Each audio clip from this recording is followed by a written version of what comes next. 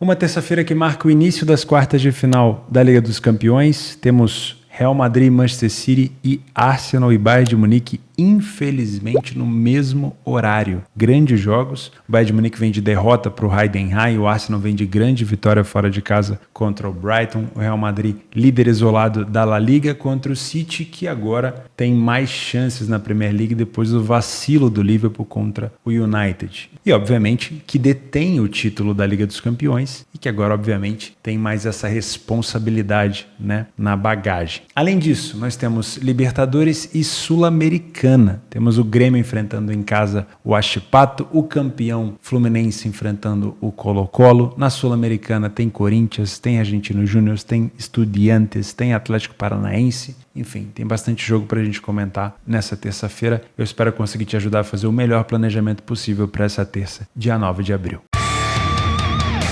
Começamos o nosso planejamento de trabalho no jogo do Arsenal com o Bayern de Munique. Enquanto o Bayern de Munique praticamente deixou de lado a Bundesliga, praticamente largou, será que a gente pode dizer assim? Pelo menos foram palavras do Thomas Tuchel, o seu treinador, contestadíssimo Thomas Tuchel. O Arsenal briga veementemente pela Premier League. E nesse momento é o líder temporário da Premier League porque o Liverpool acabou de vacilar contra o United. Fora de casa, chegou a estar vencendo por 1-0, tomou a virada e empatou depois com um penal do Salah. Esse resultado colocou o Arsenal momentaneamente na liderança da competição. O Leverkusen abriu uma distância, se eu não estou enganado, de praticamente 16 pontos para o Bayern, daí para mais, e já pode ser campeão da próxima rodada. Então resta para o Bayern de Munique focar na Liga dos Campeões. E vai enfrentar um Arsenal bem preparado. Vai enfrentar um Arsenal que tem seus problemas, sim, é verdade, quase não passou pelo Porto, mas um Arsenal que vem demonstrando um futebol muito seguro na Premier League, de um Arteta hoje que a gente já não pode dizer que é uma cópia do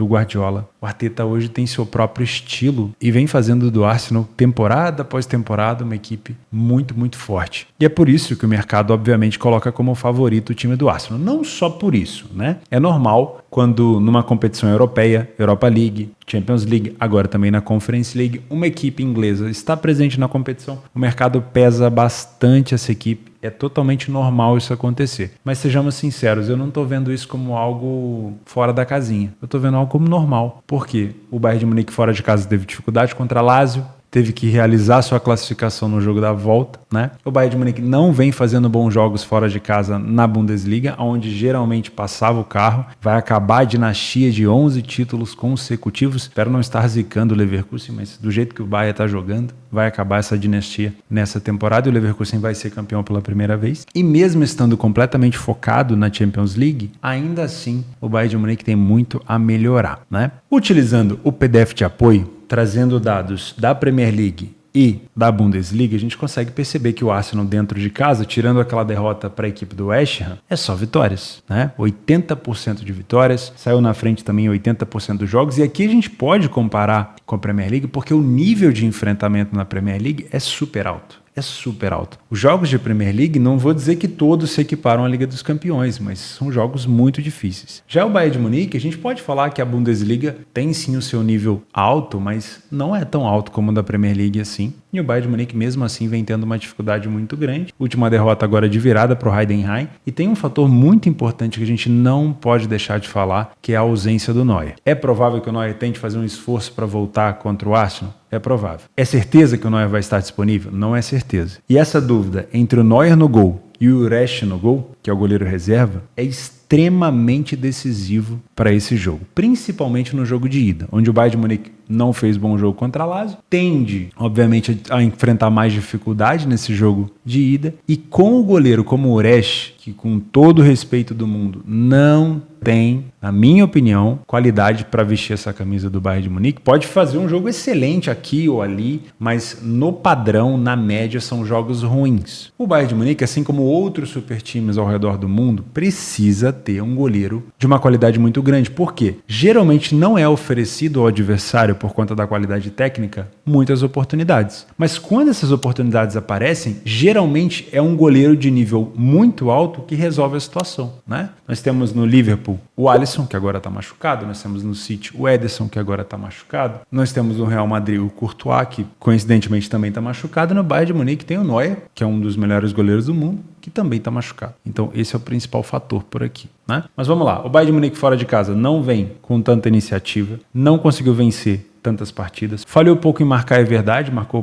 quase a mesma quantidade de gols aqui que o Arsenal e teve um jogo a menos. O número de gols sofridos pelo Bayern é assustador, uma temporada onde o Bayern quase sofre 2 gols por jogo fora de casa, uma média gigantesca. O time do Bayern e do Arsenal precisam dar poucas finalizações no alvo para poder marcar um gol, em média 3, e aí entra a contestação, né? Será que o goleiro do Arsenal também está em boa fase?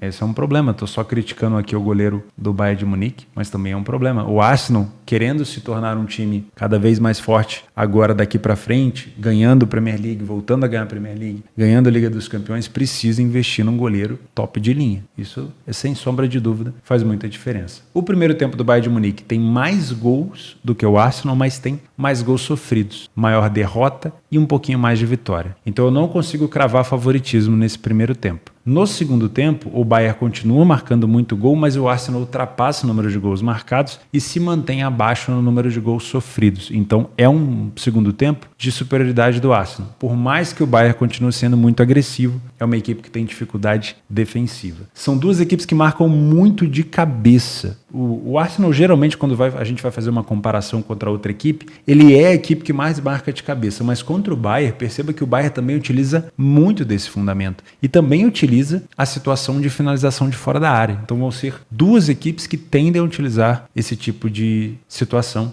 durante o jogo. Então vale a pena ficar de olho nisso, principalmente para você que compra e vende posição durante o jogo, para sair ou entrar de uma posição em relação a escanteio e bola parada. Os jogos do Bayern fora de casa têm sido bem over, mas é bom lembrar que o jogo contra a Lazio, por exemplo, fora, foi 1-0 por conta do penal feio que o Upamecano cometeu, na bobeira que o Upamecano cometeu. Nos jogos do Arsenal dentro de casa, 73% de over 2,5. O Arsenal costuma marcar mais os seus gols no meio do primeiro tempo e no final do jogo, contando os acréscimos, é um dos times que mais marca nos acréscimos, né, se eu não me engano, na Premier League, e tem sofrido com mais frequência no meio do jogo, final do primeiro tempo, início do segundo, e no final do jogo. O Bayern de Munique marca mais os seus gols nos finais, final do primeiro tempo, final do segundo, e tem sofrido com mais frequência, principalmente no final do primeiro tempo e início do segundo, mas também sofre nos últimos minutos de jogo. O Bayern tem tomado até mais cartões do que a equipe do Arsenal, mas é uma média mais baixa dos dois. O principal jogador da equipe do Arsenal, que você tem que ficar de olho para ver se vai jogar, Bukayo Saka, que teve uma lesão recentemente, mas já voltou. O Kai Havertz tem sido o segundo goleador da equipe. O Odegaard, o Gabriel Martinelli e o Trossard seguem a lista de artilheiros da equipe. O maior assistente da equipe também é o maior artilheiro, que é o Bukayo Saka. Do lado do Bayern, Harry Kane, muito acionado, tem entregado demais, porém tem a questão do Harry Kane não ter título, né? Isso pesa? Não sei. Tem gente que é supersticiosa. Eu não trago muito isso para campo, mas desde que o Harry Kane chegou no Bayern, o Bayern de Munique ainda não conquistou nada, mas vai acabar conquistando, lógico, obviamente. O Leroy Sané está numa fase bem conturbada, é o principal jogador da equipe em relação à transição, e num jogo como esse, onde o Arsenal tende a ter mais a bola, acredito eu, um jogador de transição é muito importante para a equipe do Bayern de Munique, então é preciso verificar se ele está disponível ou não. E apesar de ser o terceiro goleador da equipe, mas não está tão bem assim, não está fazendo gols em jogos frequentes, recentes, é um jogador de muita participação nas jogadas ofensivas. Musiala precisa estar num bom dia, isso é verdade, de vez em quando dá uns apagões no Musiala, e o Thomas Müller é aquele coadjuvante que a gente já conhece, né? O Bayern vai precisar fazer uma boa marcação e ter velocidade na saída de jogo. Agora, o fator mais importante nessa análise de jogadores é esse daqui, ó, Manuel Neuer. Esse jogador aqui, se ele não tiver presente, é como eu falei no jogo contra o Heidenheim, o pessoal até pensou assim, pô, o Antel tá exagerando, quem que é o Heidenheim na fila do pão? Bom, o Heidenheim é um time consistente, é um time que tá disputando, se eu não me engano, a Bundesliga pela primeira vez, é um time que venceu o Bayern de Munique, mas não é só pelo adversário, é também pela questão do Uresh, que é esse jogador aqui. Não é o titular, mas é um mão de alface. É um mão de couve. Não dá para confiar. A gente costuma chamar que é o Uresh chama gol. Então, o Neuer fora é um grande problema para o Bayern de Munique nesse jogo de ida. Se o Neuer estiver presente, é um pouquinho melhor, né? Se você é um trader por aqui, a tendência, o cenário desse jogo esperado é o Arsenal dentro de casa ter domínio do jogo em relação à posse de bola, empurrar um pouco o Bayern de Munique para trás, forçar as finalizações de fora da área, a bola aérea, mas sempre um pouco mais resguardado, não pode estar com a linha tão alta assim, porque o Bayern tem muita velocidade. A gente gente já viu o Bayern jogando de maneira reativa contra o United, na Inglaterra mesmo, e o United tendo dificuldade. Então, se for para trabalhar algo contra o Bayern de Munique, saiba do risco. Qualquer posição que você compra no trade exige risco. A gente arrisca dinheiro para ganhar dinheiro. Já usava essa frase no Instagram há muito tempo, né? E tenho como um mantra para mim. Eu arrisco dinheiro para ganhar dinheiro. Se eu estou arriscando trabalhar contra o Bayern de Munique, que é um time super forte, eu tenho que entender quais são as valências desse time que podem me complicar. E geralmente é a construção ofensiva em velocidade. Se ele toma a atitude de jogar mais recuado, é porque ele está pensando em jogar de maneira reativa. E aí eu preciso entender como que o Leroy Sané, se ele está presente ou não, está armando esse jogo, né? Se o jogo tiver muito afeição para contra-ataques do Bayern, eu prefiro ficar de fora, tá bom? Se o Bayern de Munique vier para fazer um jogo mais de trocação e não deixar o Arsenal ficar tanto com a bola, também não me parece ser um jogo muito bom para trabalhar aqui no mercado de match odds, no resultado final, né? Se você é um punter por aqui, a tendência no jogo de ida é ser um jogo mais estudado, por mais que o Arsenal saiba que ele tem que resolver a situação na Inglaterra. Porém, esse jogo ele pode ser estudado até a página 2. Porque se existe um gol cedo e taticamente as equipes começam a mudar, esse jogo pode abrir. Eu trabalho com uma ideia de um jogo mais under no início, mas eu não duvido que se a gente tiver aqui um 2-0 do Arsenal, né, ou 1-0 cedo do Bayern, esse jogo possa abrir um pouquinho. Porém, apesar disso, se fosse para trabalhar gols, eu não puxaria tanto a corda e ficaria com no máximo um cenário de 2 gols. Para trabalhar com um cenário de 2,5 gols aqui, eu só trabalharia se uma das duas equipes estivesse com 2-0 no placar. Por quê, Theo? Porque aí você tem uma modificação total na parte tática. O Arsenal com 2-0 no placar provavelmente vai recuar para poder proteger a vantagem e sair em contra-ataque. E o Bayern de Munique sabe que com 2-0 fora de casa fica muito difícil e vai para cima para tentar fazer um gol. Aí o cenário abre e vice-versa. Se for o Bayern de Munique com 2-0 no placar, é óbvio que o Bayern talvez tente proteger um pouco mais, mas as chances de contra-ataque vão aparecer com mais frequência. Então, esse 2,5 só me agrada nesse cenário. Agora, 1,5 pode até ser trabalhado no 0-0 para quem gosta, desde que essa cotação esteja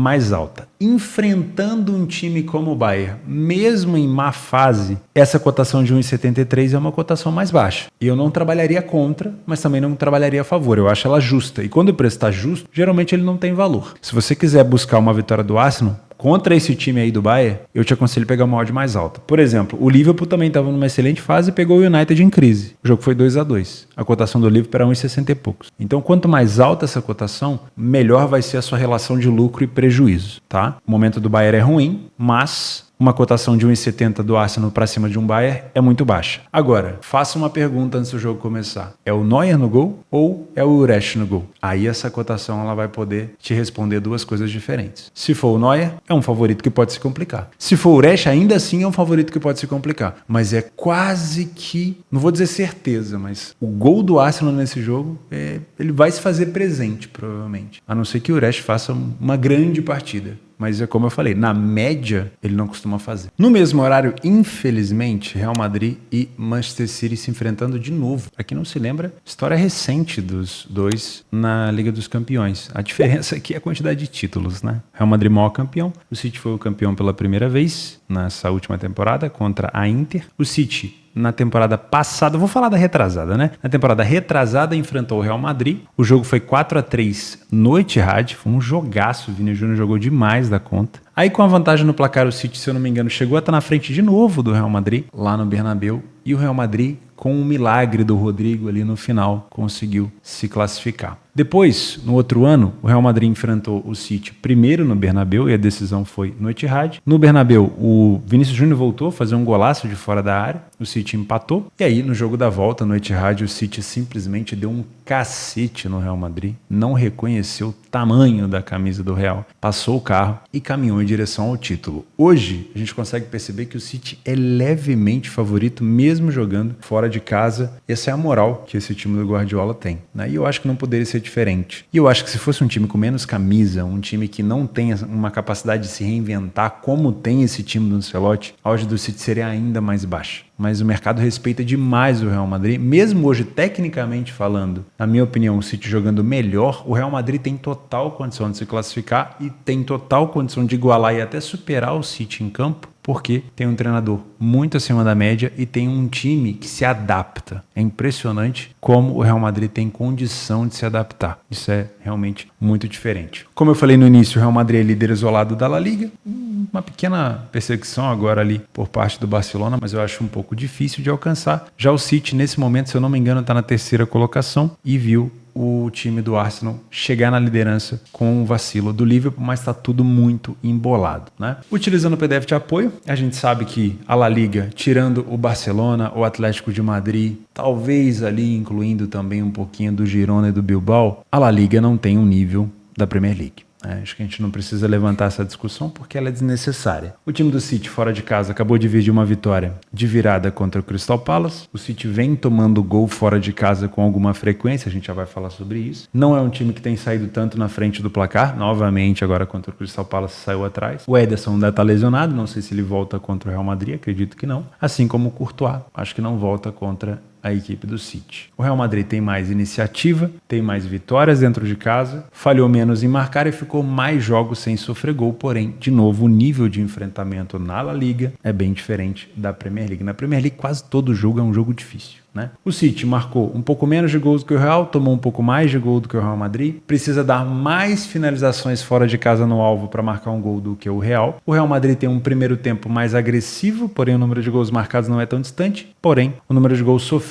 do Real é bem abaixo. De novo, estamos falando aqui de uma La Liga e a maioria dos adversários do Real Madrid em casa são adversários mais acessíveis, né? Já o City, como eu falei, tem sofrido muitos gols no primeiro tempo, principalmente fora de casa. Não é uma equipe que vence tanto os primeiros tempos e tem mais derrotas do que vitória. No segundo tempo, o time do City resolve a situação ofensiva, passa a vencer bastante, diminui um pouco o número de derrotas, porém continua sofrendo os seus gols, né? No jogo contra o Crystal Palace, sofreu ainda assim no final, então é um time que, fora de casa, está um pouco irregular. Talvez, com essa mudança de ares, com uma competição agora diferente, o City possa entrar um pouco mais ligado. São duas equipes que exploram a bola aérea. O Real Madrid tem explorado um pouco mais, principalmente no escanteio. O Rudiger é uma peça muito importante. Cabeçadas para o gol. Quando não faz o gol, geralmente deixa um companheiro ali por conta do rebote do goleiro na cara do gol. O time do City finaliza um pouco mais de fora da área do que o Real Madrid, mas são duas equipes que utilizam muito bem esse fundamento. Como o City não tem saído tanto na frente do placar, mas tem tido resultado, é uma equipe que tem virado jogos. Então o time do City vem com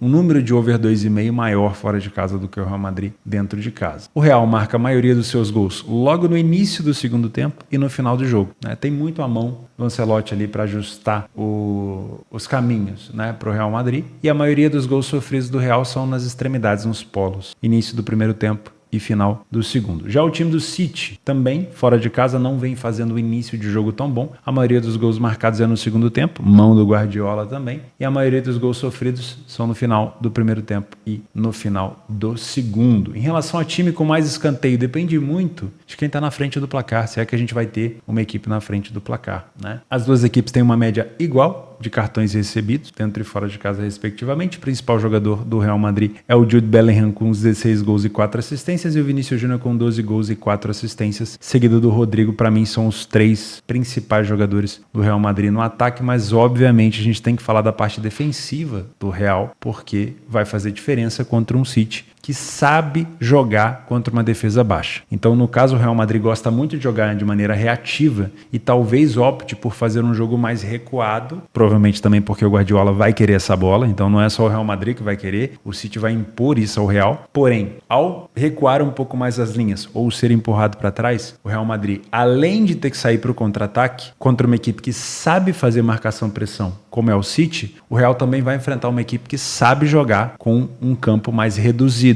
Diferente quando ele pega um Mallorca, quando ele pega um Celta Vigo, quando ele pega outras equipes mais acessíveis da La Liga, que quando o Real Madrid chama, atrai o adversário para cima, eles vêm totalmente desorganizados e tomam um gol no contra-ataque. Chamar o City para cima é diferente, né? Então o Real Madrid vai ter que tomar cuidado com isso e vai ter que se comportar muito bem na parte defensiva e depois na construção de jogo. No time do City, o principal jogador, apesar de não ser o maior artilheiro, obviamente é o De Bruyne. Marcou 2 gols agora na vitória contra o Crystal Palace. O primeiro foi uma pintura, o gol de empate, né? O Haaland é o artilheiro da equipe, o Phil Foden é o segundo jogador mais goleador da equipe nesse momento e também o Julian Álvares, mas é um reserva de luxo, de vez em quando ele aparece por aí, né? Mas o principal jogador na construção é o De Bruyne. Num jogo onde você vai ter uma defesa do Real provavelmente bem postada, seja por estar, quem sabe, na frente do placar ou por ser um momento do jogo mesmo onde o Real Madrid foi empurrado para trás, finalizações de fora da área do De Bruyne e do Phil Foden provavelmente tendem a aparecer. O Rodri chegando como fator surpresa, finalizando de fora da área, tende a aparecer. Bernardo Silva também finaliza muito bem nesse fundamento. E também a bola aérea, com o Haaland, né? Cruzamentos para a área podem acontecer, mas aí a disputa entre Rudiger e Haaland vai ser bem interessante de se ver. Se você é um trader assim como eu, é um jogo excelente para trabalhar correção de preço, né? Porque o mercado ele vem sem expectativa. Na verdade, a expectativa do mercado é de um jogo parelho. Qualquer situação de uma balança desnivelada, uma equipe bem melhor que a outra, o mercado tem que corrigir imediatamente. Então, venha preparado para os primeiros 20 minutos de jogo. Dá tempo de assistir aqui embaixo o meu curso para você entender como é que funciona a correção de preço inicial, né, com a expectativa e realidade, com o peso do dinheiro, com a questão do mercado se movimentando com mais aflição quando acontece diferente do que o mercado está esperando. E dá para trabalhar desse jeito. Qual que é o perigo? O Real Madrid é um time camaleão, que se adapta. E ele não dá um passo para trás sem ter um plano. O problema é que o Real Madrid jogando talvez sem a bola, ele tende sim a ser mais perigoso. E a gente já viu nos últimos anos, nesse confronto, o Vinícius Júnior fazendo um salseiro danado para cima do Walker. Eu não sei se o Walker vai estar disponível, mas o Vini Júnior, quando o Real Madrid passou no jogo de ida no Etihad, em 2022, se eu não me engano, o Vinícius Júnior fez um jogaço. E quando o Real Madrid foi eliminado, porém no jogo de ida do Bernabéu, o Vinícius Júnior também jogou muito bem. Então é um fator importantíssimo. Mas dar um passo para trás para chamar o City pode ser também uma situação muito perigosa. Então, se você está encontrando o City muito bem em campo, muito provavelmente é porque o City está fazendo uma boa recuperação pós-perda, né? Recuperando a segunda bola. O City não recuperando a segunda bola e deixando o Real Madrid contra-atacar não é uma boa posição trabalhar contra o Real. O City fazendo uma boa marcação-pressão e recuperando a segunda bola sem contra-ataque do Real é uma boa situação trabalhar contra o Real Madrid, né? Se você é um Panther por aqui, tende a ser um jogo muito pegado, porque, como eu falei, o Real Madrid é um time camaleão. O jogo do City a gente já sabe qual vai ser. Tentar empurrar o Real para trás, fazer uma boa marcação-pressão, recuperar a segunda bola o mais próximo da área possível, com uma defesa compactada do Real Madrid, finalizar de fora da área, tentar encontrar os espaços cortando para o lado e finalizando, Phil Foden, e se precisar também bola aérea. Esse provavelmente será o plano do City por aqui. Agora, até que saia o primeiro gol, se é que vai acontecer, eu não trabalharia o mercado de gols. Eu não duvido que esse jogo possa terminar 0-0, tá? Esse jogo ele só vai abrir, literalmente assim, mesmo que seja só um pouquinho, se a gente tiver um gol de uma das equipes. Senão tende a ser realmente um jogo mais estudado. E o City sabe que um empate no Bernabéu não é um resultado ruim. Pelo contrário. Na temporada passada, um empate 1-1, na volta 4-0. Né? Então, para mim é um jogo muito tendencioso a ser empate, a ser mais under, até que saia o primeiro gol. E aí, como eu falei no jogo do Bayern, o jogo pode mudar taticamente. Agora, para mudar muito, para sair realmente da casinha, 2-0 no placar, também me parece ser um cenário que faria esse jogo ficar completamente diferente do que a gente estava esperando, né? City vencendo por 2-0, o Real Madrid tendo que se expor, pode ser realmente uma situação que deixa o jogo mais movimentado, cabendo até pensar num 2,5. Agora, enquanto o primeiro gol não sair, ou até esse cenário de 2-0 acontecer, eu ficaria de fora do mercado de gols. Para mim, como trader, o meu principal trabalho vai ser olhar os primeiros minutos de jogo para tentar encontrar um desnível nessa balança e uma aflição de mercado. Nas outras opções de jogos, vamos comentar um pouquinho sobre Libertadores e Sul-Americana. O Estudiantes enfrenta o The Strongest na Argentina. O Estudiantes em casa é muito forte, o The Strongest só tem, com perdão da piada, uma grande força quando joga na altitude. Então é muito provável que o Estudiantes empurre o The Strongest para trás aqui, né? O primeiro jogo do Estudiantes foi empate, o The Strongest venceu a equipe do Grêmio reserva, o Grêmio poupou para a final do Gaúcho e foi campeão para cima do Juventude. Então provavelmente a gente pode encontrar aqui um padrão de superioridade do Estudiantes. Falando em Grêmio, o Grêmio enfrenta o Huachipato. Provavelmente também aqui a gente vai ter um jogo de um Grêmio precisando dar uma resposta, porque nessa situação de já perder o primeiro jogo, a classificação pode ser um pouco atrapalhada, então o Grêmio tem que vencer esse jogo. Isso não significa que o Grêmio vai ter facilidade, mas se tiver, dá para aproveitar essa estabilização do preço. O Argentino Júnior em casa também é um excelente time, se ele tiver focado nessa Sul-Americana, dá para ficar de olho nessa vitória do Argentinos. O Corinthians, como empatou o primeiro jogo, também precisa vir para cima aqui do Nacional, mas ainda é um time em construção, né? Então, vamos trabalhar ao vivo. Essa cotação do Corinthians ela poderia ser um pouquinho mais alta. O Fluminense enfrentando o Colo-Colo, de novo uma cotação baixa por aqui. Mesmo ódio do Argentinos, do Corinthians, né? Uma cotação bem baixa. O Fluminense não fez um bom jogo fora de casa. O empate ficou num bom tamanho absurdo. O Fluminense poderia ter tido um resultado muito pior, tem a pressão de já ser o campeão. O Colo-Colo é um time chato, mas eu acredito numa vitória do Fluminense por aqui. Se desse para pegar com uma cotação mais alta, seria mais interessante. O Boca deve vencer o Sportivo Trinidense, que se eu não me engano perdeu para o Fortaleza no início, tá? Lembrando que aqui é Sul-Americana. E o Atlético Paranaense pega o Raio Zuliano, que eu sinceramente não conheço, e com esse tipo de cotação aqui do Paranaense eu não trabalho. Nos jogos extras temos Championship, o Leicester pega o Millwall. O Leicester assumiu novamente a liderança da Championship, pelo menos nesse momento. O Leeds enfrenta o Sunderland, muito favoritismo do Leeds por aqui, e é um dos times que mais marca na competição, então pode até ser um jogo bom para gols. Tem playoffs da Copa do Nordeste, ainda não tem cotação por aqui. E os jogos complementares da Libertadores, tem o Libertad contra o Táchira e tem o Júnior Barranquilla, que venceu o Botafogo no tapetinho contra o Universitário do Peru. Vou ficando por aqui, muito obrigado pela sua companhia, eu vejo você amanhã e um abraço.